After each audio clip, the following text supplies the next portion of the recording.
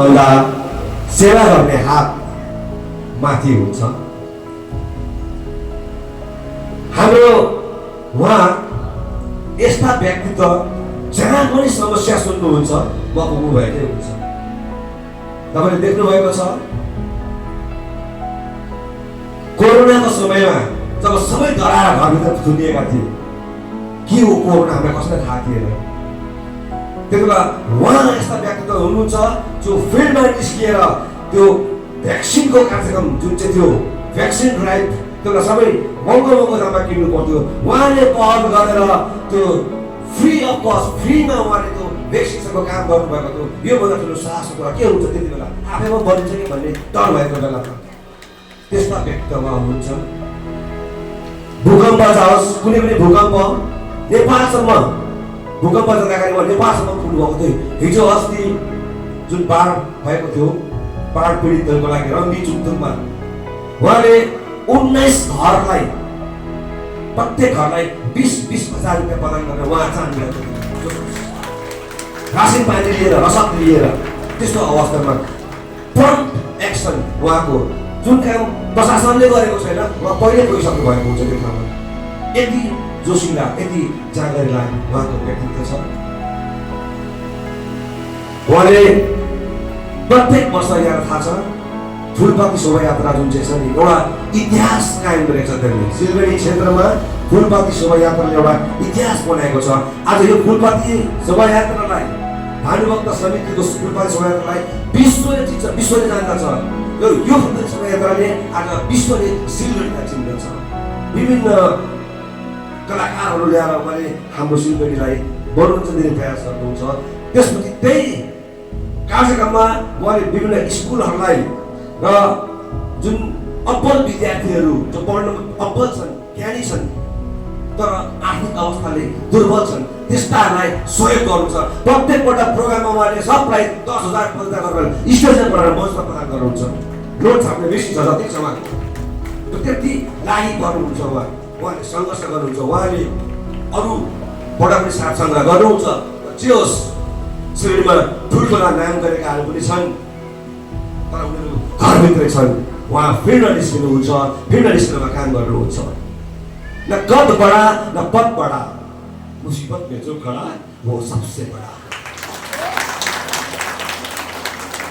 उहाँ कहीँ जब बोल्नु जानुहुन्छ नि यति मिठो मिठो कुरा बोल्नुहुन्छ। मैले उहाँको कथाहरू पनि भन्नुहुन्छ भानुभक्त समितिको प्रोग्राममा जब पनि वक्तव्य दिनुहुन्छ एउटा राम्रो प्रसङ्ग कथा लिएर आउनुहुन्छ र त्यो कथाले राम्रो ज्ञान दिएको हुन्छ। अध्ययन पनि उहाँले गर्नुहुन्छ।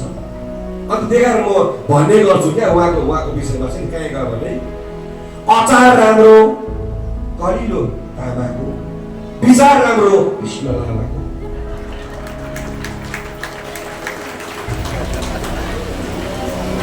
र टिप्पणी त गर्नु हुँदैन, यो प्रसङ्गमा भन्छु।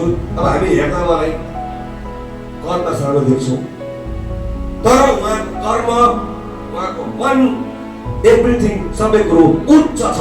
नाम बड़ा किस काम का जो किसी के काम न आए, सागर से नदिया भली जो सभी की प्यास। हामीलाई सागर चाहिएन, हामीलाई यस्तै नदी चाहिन्छ जो बगेर सर्वसाधारणको तिर्खा मेटाउने काम निरन्तर गरिरहेको छ। यस्ता गौरवलाई हामीले आज सिलगढीमा यो ठाउँमा सिलगढी गौरवले सम्मानित गर्न पाउनु हाम्रो निम्ति सौभाग्य हो। हामी उहाँप्रति नै आभारी छौँ। उहाँ व्यस्त हुनुहुन्छ अहिले पनि। उहाँ एउटा यस्तो ऐतिहासिक काम लिएर अघि बढ्नुहुँदैछ। प्रधाननगर र सिलगढीमा तपाईँ थाहा छ प्रधाननगर गुरुङ बस्ती नाम छ।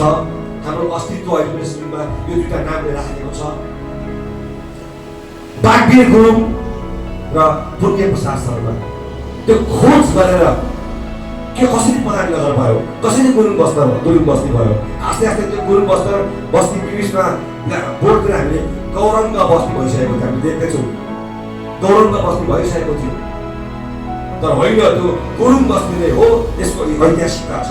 यो कारणले भएको त्यो इतिहास त्यो अस्तित्वलाई दिगो राख्न बचाइराख्न आज उहाँ लागि पर्नु भएर अब यही चाँडै नै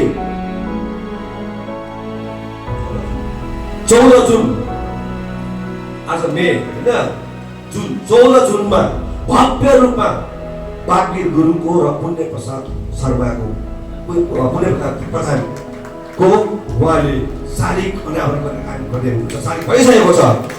अब हामीले जरा गाड्दैछौँ। परानगरमा हाम्रो अस्तित्व छ, गुरुङ बस्तीमा हाम्रो अस्तित्व छ भनेर जरा गाड्ने काम, इतिहास राख्ने काम उहाँले गरिसक्नु भएको छ भानुभक्त समितिको पहलमा। र यस्ता व्यक्तित्व कृष्ण लामा हामीले आज यो मञ्चमा पायौँ। उहाँ यो मञ्चमा पहिलोचोटि आउनुभएको हो सर, पहिलोचोटि हो र यहाँलाई हामी स्वागत पनि गर्छौँ, आभार पनि प्रकट गर्छौँ। उहाँले हाम्रो निम्तो स्वीकार दिनुभयो, हाम्रो यो सिलगढी गएर सम्मानलाई स्वीकार गरिदिनु भयो, ग्रहणको निम्ति अनुमति दिनुभयो। म यहाँ मञ्चमा मेरा आदरणीय गुरुबा श्री मुक्ति प्रसाद उपाध्यायजीलाई निम्ताउँछु। मेरा गुरुमा प्रथममा आदरणीय मुक्ति सरलाई, कृष्ण साहबको कृष्ण लामाज्यूलाई सयपत्री माला भइराई स्वागत गरिदिने अनुरोध गर्दछु, सम्मान गरिदिने अनुरोध गर्दछु।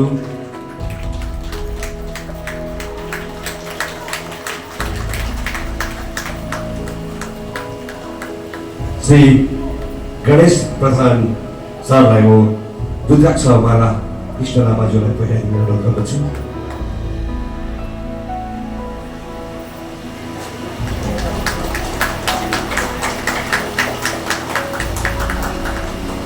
त्यसरी नै लीलामणि गुरुमाजीको बाहुलीबाट हामी पुष्पगुच्छ प्रदान गर्नेछौँ।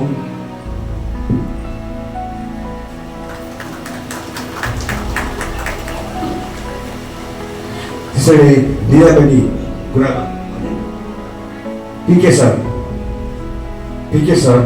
शर्माजीको बाहुलीबाट हामी सल प्रदान गर्नेछौँ।